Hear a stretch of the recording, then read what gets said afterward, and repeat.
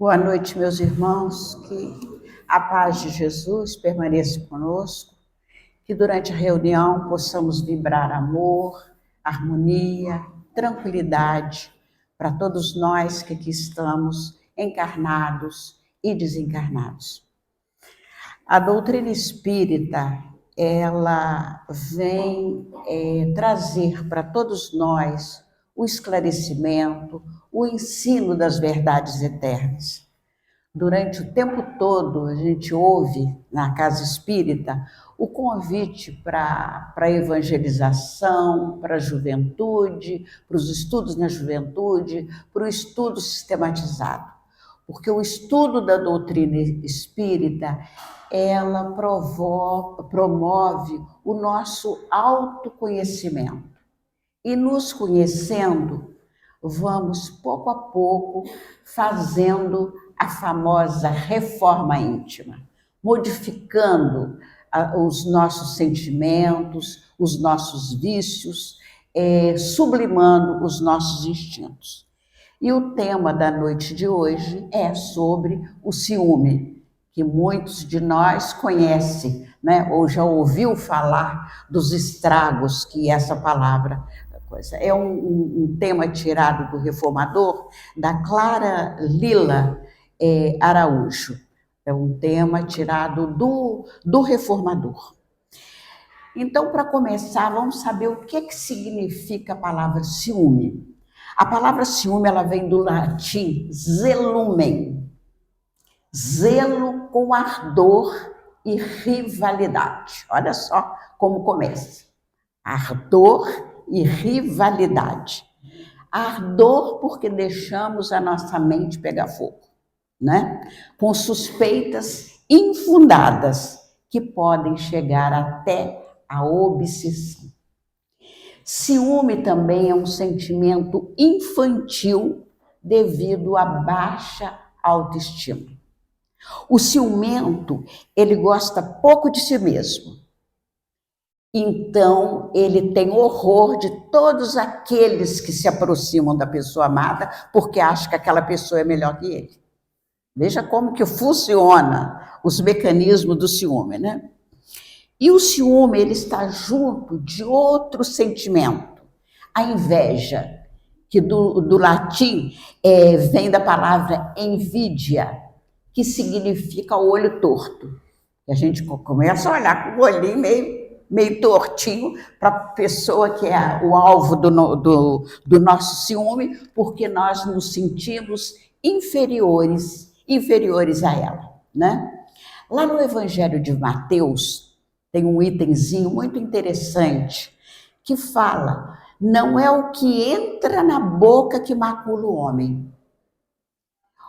O que sai da boca é o que o macula. E o que sai da boca procede do coração, e é o que torna impuro o homem. Quer dizer, é um convite que Jesus faz com esse ensinamento, que espera a nossa reforma íntima e a purificação de nossos sentimentos. Porque o ciúme é aquele instinto de posse, aquele instinto animal, selvagem. E a pessoa numa crise de ciúme, ele não raciocina, né? O ciúme, outra coisa que ela diz, o ciúme é uma das doenças da alma. Veja só, é uma doença, é uma das doenças da alma. E no momento do ciúme, transformamos as palavras em açoite desesperador. E todos nós sabemos como a palavra machuca. A palavra ela tem o poder de nos ferir tanto quanto uma agressão física. E aí a gente lembra, né, a música da Rita Lee. Não sei se vocês lembram dessa música. Desculpe o auê, eu não queria magoar você. Foi ciúme, perdi a cabeça, né? Aí vem, desculpe o auê, mas pedimos desculpa depois de fazer toda a confusão e dar o nosso show no auê, né? Então, a gente sabe que os danos provocados pelo ciúme são muito sérios. a violência verbal, a violência física, separação, crime, suicídio e sofrimento para todos os envolvidos. Não tem como sair de uma crise de ciúme sem sofrimento, né? Lembrando aquela moça no Rio de Janeiro, uma professora casada com um engenheiro, uma pessoa cheia de vida, de amigos, de projetos, e é assassinada pelo marido por causa de uma crise de ciúme. Aí depois arrepende. Eu não queria fazer isso, mas já fez, não é? Lá no Livro dos Espíritos, na questão 933, fala da inveja e do ciúme. Olha a colocação do Livro dos Espíritos. Felizes os que desconhecem esses dois vermes roedores. Torturam a alma, acabam com a calma, trazendo desequilíbrio para o ciumento e para a pessoa que é objeto do ciumento. Livro dos Espíritos, falando da inveja e do ciúme. Como é uma doença da alma, o ciúme, ele não só se dirige à pessoa amada, mas também ao colega de trabalho, porque recebeu uma promoção, ao nosso vizinho que acabou de comprar aquele carro 0 quilômetro maravilhoso. Isso também, vejam só. Enfim, tudo faz sofrer a pessoa ciumenta, porque em tudo ele se compara com o outro e sente-se diminuído no momento dessa comparação. O mestre indiano, Siri Prambaba, ele tem um livro dele, um dizer muito interessante, falando do namoro e do casamento. Olha a colocação que ele faz. O relacionamento amoroso é uma iniciação espiritual. Porque o relacionamento amoroso era para promover o nosso crescimento espiritual. Porque quando amamos uma pessoa, o sentido ideal desse relacionamento é que aquela pessoa cresça e nós também. Então, veja só, é uma experiência espiritual. E você só completa esse ciclo quando supera a carência.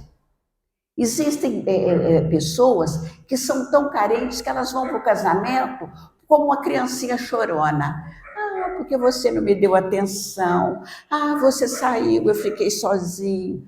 Não consegue ter uma vida livre, né? E ele fala, quando você supera a carência afetiva, você se liberta de quê? Da insegurança, do ciúme, da possessividade e, portanto, pode deixar o outro livre. E quando você deixa livre o outro, você está livre. Olha que beleza de pensamento, de lógica nessa conclusão. O Khalil Gibran, é o famoso escritor libanês, escreveu aquele livro O Profeta, que é uma das pérolas da humanidade. Ele falando sobre o casamento, olha o que ele fala. E viveis juntos, mas não vos aconcheguei demasiadamente, pois as colunas do templo erguem-se separadamente, e o carvalho e o cipreste não crescem à sombra um do outro. Quer dizer, mesmo no casamento, meus irmãos, nós precisamos termos liberdades e um certo espaço para que cada um cresça à sua maneira e no seu tempo, né? Eu fui casada durante 54 anos. Meu marido era apaixonado por futebol. Adorava, e eu simplesmente nunca tive paciência com o tal do futebol e nunca consegui entender aquele monte de homem correndo atrás de uma bola, entendeu?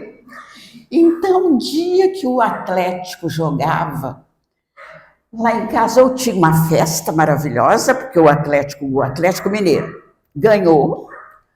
ou então meu marido ia para a cama com enxaqueca porque o Atlético perdeu. Entendeu? Então eu precisava ter um exercício de paciência, que tinha hora que dava vontade de pegar ele e o Atlético e jogar fora, porque era um caso patológico, entendeu? Porque eu ouvia o jogo, ouvia o comentário, e meu marido trabalhou durante muitos anos na CEMIG. Então, o domingo que o Atlético perdia, como é que ele ia para o trabalho? Porque sabia que os cruzeirenses iam cair na pele dele. Então, era uma tragédia. Mas a gente tem que aprender a viver com as diferenças. Tem que aprender, né? O Warwick Mota, ele pergunta, você já sentiu ciúme? Olha a pergunta. Você já sentiu ciúme? Todos nós, em algum momento da vida, sentimos ciúme. Na infância, ciúme da mãe, ciúme do pai, ciúme da professora. Nas crianças, muitas vezes, nós estimulamos o ciúme na criança através das malditas comparações. Seu irmão tem nota boa, e você com esse boletim hemorrágico aí que só tem nota vermelha. Como é que pode uma coisa dessa? Não é isso? A gente compara, não é? Mas cada um tem a sua individualidade. Um é calmo, o outro agitado, um gosta de matemática, outro gosta de ciência, e a gente tem que aprender a estimular a nossa criança. E não provocar ciúme, que muitas vezes vai se tornando uma coisa tão séria que os irmãos podem, mais tarde, tornarem-se inimigos devido ao ciúme. Você não gosta de mim, você gosta do meu irmão, né? Ciúme é uma emoção tão potente e explosiva que ela é típica das almas com atraso evolutivo. O ciumento, ele está dando atestado do seu atraso espiritual. E ele é externado de várias maneiras, meus irmãos. O sentimento de posse, veja só, sentimento de posse, forte desejo de exclusividade, veja só, ilusória separação de manter a pessoa ou alguma coisa junto de si, eu não posso perder, não é? Mas o pior do ciúme é aquele que tem por alvo outra pessoa. Porque aí o ciumento sofre e faz o outro sofrer, né? E ele diz, na suposição de ter o domínio definitivo e irrevogável, o sentimento possessivo iguala pessoas e coisas. Veja, iguala pessoas a coisas. Meu marido, minha esposa, meu carro, minha casa e por aí vai. Tudo é meu, né? Aquele sentimento de possessividade. E é um sentimento que ele vem acompanhado de uma produção imaginativa incrível, porque a pessoa imagina coisa que não aconteceu, mas para ele aquilo já é uma realidade. Ele vê traição em tudo e torna-se, então, um transtorno de personalidade, que é o perfil do ciumento. Ele pensa situações que nunca se concretizaram, ele sofre e faz sofrer, como eu já falei. O ciúme desperta também sentimentos compulsivos. Ele vai criando estratégias para controlar o parceiro ou a parceira. É um sentimento patológico, quer dizer, doentio, estopim de recorrentes episódios de violência. Violência verbal, violência física e crimes passionais que ilustram os noticiários diariamente devido ao tal do ciúme, né? Mas por trás, olha o que o Evangelho fala, mas o que está por trás desse comportamento obsessivo-compulsivo? O que está por trás disso? Que leva o ser humano achar que outro ser humano possa ser posse sua. E o Evangelho nos esclarece de maneira clara e simples. Reside, primeiramente, no egoísmo e no orgulho. Aí que resulta. No egoísmo e no orgulho. O desejo de posse de outra pessoa nada mais é que uma exacerbação do egoísmo. Ele está cheio de si, de egoísmo. Eu posso, eu mando, eu tenho, eu possuo, não é? Gerando a tal síndrome da propriedade. Ele considera tudo como posse, até o seu semelhante. E aí vem a pergunta, e a cura? Mas será que o ciumento tem cura? Será que esse sentimento tem cura? E a doutrina nos fala, os tratamentos espirituais, o passe, a água fluidificada, tratamentos psicoterápicos, a terapia também ajuda muito, além do estudo e da busca do autoconhecimento e da autoeducação. Existe um livro muito bom, que é sempre falado aqui na casa, Reforma Íntima Sem Martírios. Esse livro é uma joia que todos nós deveríamos ler, não só ler, mas estudar. Que ele vai mostrando todos os sentimentos, que às vezes a gente pensa, eu não sou orgulhosa, eu não sou ciumenta, eu não sou invejosa. Mas quando você se debruça no estudo, a gente, meu Deus, eu sou assim, eu não sabia. A gente se surpreende com os sentimentos que nós somos capazes de ter, né? E outro ponto importante, meus irmãos.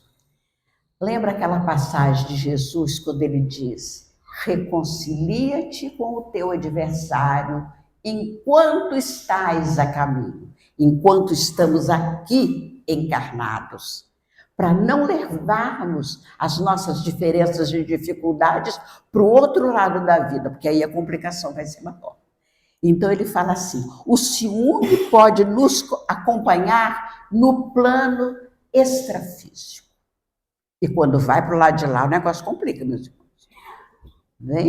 Quando alguém assiste a uma reunião mediúnica, em que aparecem muitos ciumentos, querendo vingança e com ódio terrível da pessoa, né? Vemos ações, ele fala, mentomagnéticas de obsessores, ainda movidos pelo ciúme e pela vingança.